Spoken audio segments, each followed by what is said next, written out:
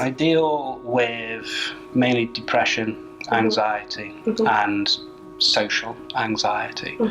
So I'm a bit of a hermit. The kind of day-to-day depression comes and goes, but the anxiety is just always there and always pressuring me, even when things are good or when things are bad. Never goes.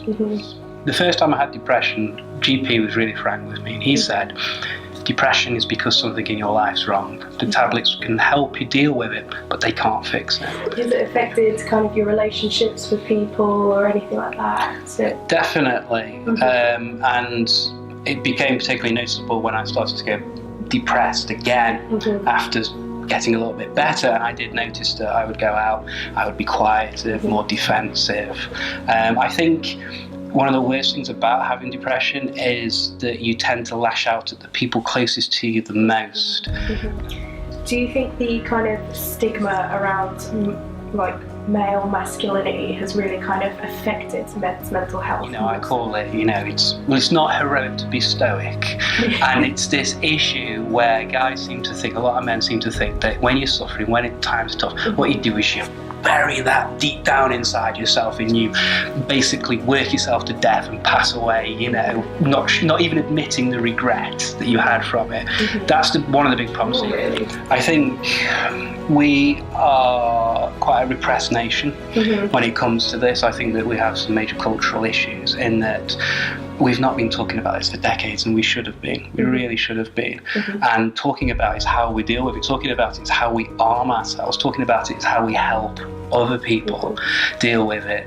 And by repressing that and holding that back, we're not advancing as a culture. For me, one of the biggest things was understanding that voice inside my head, that narrative, that was very pessimistic and negative and told me some really quite horrid things throughout the day, isn't necessarily me.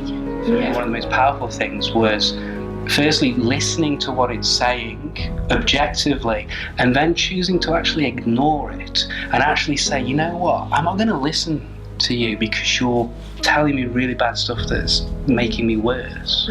And there's nothing wrong with stopping and hitting kind of the reset button on this, because living the rest of your life fixing this is a lot better than ending your life now.